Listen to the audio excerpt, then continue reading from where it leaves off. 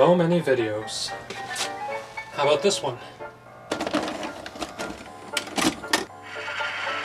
The 64th Annual Academy Awards.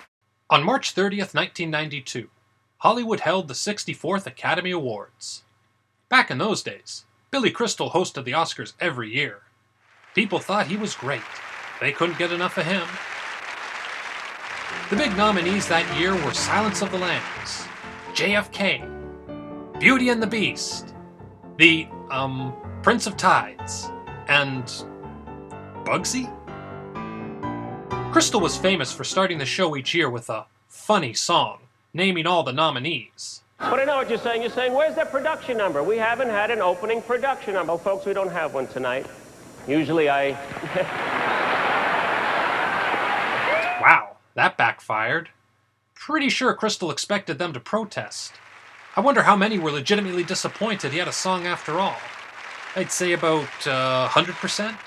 It's a wonderful night for Oscar. Oscar, who will win 7 nominations on the shelf. Did this film direct itself? This is a reference to The Prince of Tides being nominated for Best Picture, but not for Best Director. Now, it's common for movies to be nominated but not their director, and vice versa. But The Prince of Tides director Barbra Streisand stated she wasn't nominated because she was a woman. So, throughout the ceremony, Streisand got her ass kissed by everyone looking to score a cheap shot against the patriarchy. It got pretty sickening. That girl over there, the funny girl. The director. Right. The director that we would most like to work with. And why she wasn't nominated for... Oh, well. Never mind. I'm not sure that she made one of the 5 best directed films of the year, so therefore she probably shouldn't have been nominated as one of the 5 best directors. Barbra Streisand's film, Prince of Tides, wouldn't, I didn't even give it a thumbs up. I mean, I didn't think it was that well directed. Go Gene! Go Roger! Boo everybody else! Whoopi Goldberg presented the first award of the night for Best Supporting Actor. It was a pretty impressive list of nominees. Tommy Lee Jones for JFK, Harvey Keitel for Buggy, Ben Kingsley for Bugman, and Michael Lerner, who must have been thrilled to be there, for Barton Fink. The winner was Jack Palance, who did one-handed push-ups to prove he could still cut the mustard.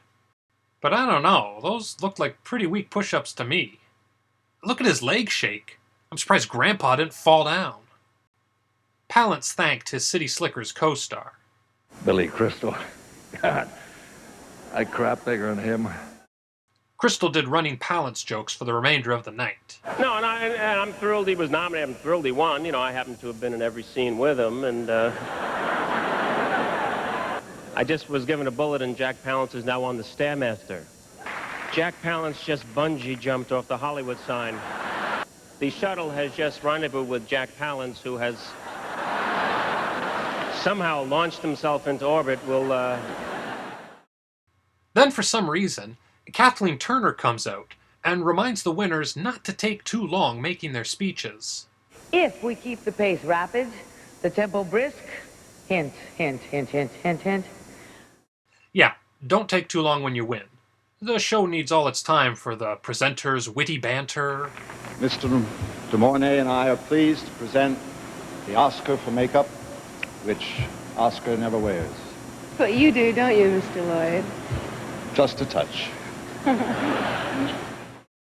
Those musical productions people love so much. There's only she who is beautiful as me. Why did those little girls all thrust their crotches at that guy?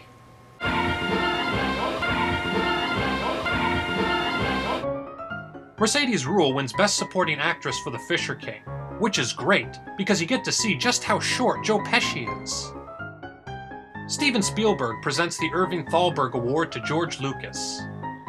You know what George is thinking at this moment? He's wondering why he isn't getting a standing ovation. They don't give this award every year. The man made Star Wars and Indiana Jones. That isn't impressive enough to get this crowd on their feet? No wonder Lucas gave up.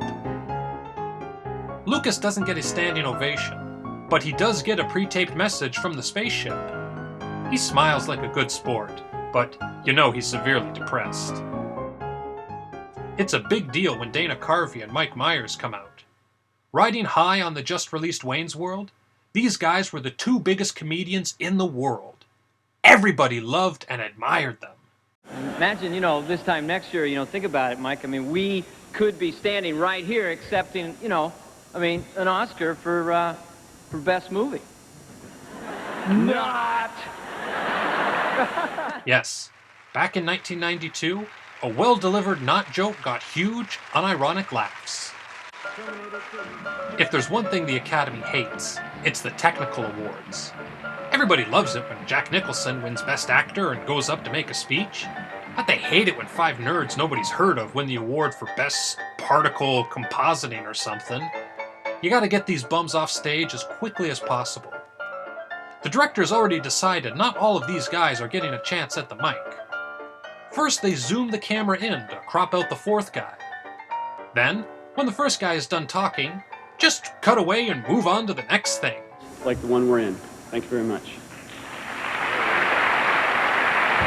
Thank you, members of the Academy. I'd like to thank my crew. An actor of charm and depth, Mr. John Candy.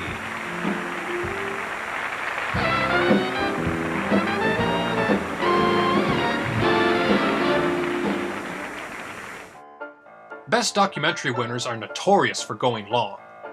This guy blabbers on, even repeats himself a few times, eating up all the time before his co-director and wife gets a chance to speak. And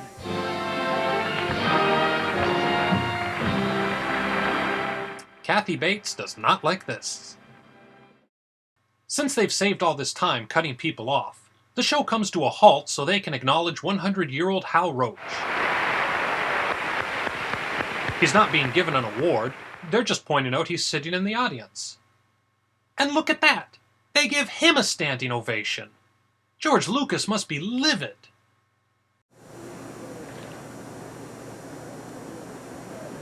There's no microphone over there. Mr. Roach is thanking the audience, I'm sure, for their warm wishes. Hal Roach makes a speech, but there's no microphone. So even more time is wasted, broadcasting dead air.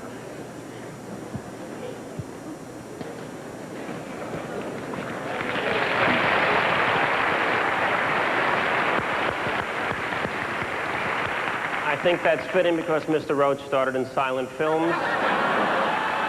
Okay, it's a good line, but then Crystal ruins it by over-congratulating himself. He's like a football player dancing in the end zone. Jeez, how long is he going to pat himself on the back for? From here on out, it's a Silence of the Lambs sweep. It wins Best Script, Best Actress. Anthony Hopkins wins Best Actor, and I think it's kind of cool Annie Wilkes from Misery gives the award to Hannibal Lecter. It wins Best Picture, but not before the unfortunate moment it wins Best Director, prompting Jonathan Demme to make the worst Oscar speech of all time. Over 3 minutes long. Incoherent. Here's a few of the highlights.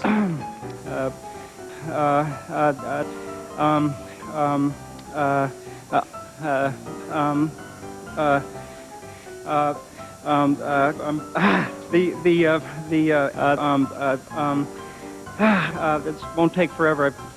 Sorry.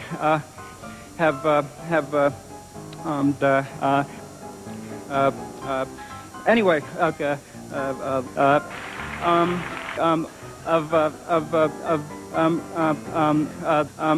finally,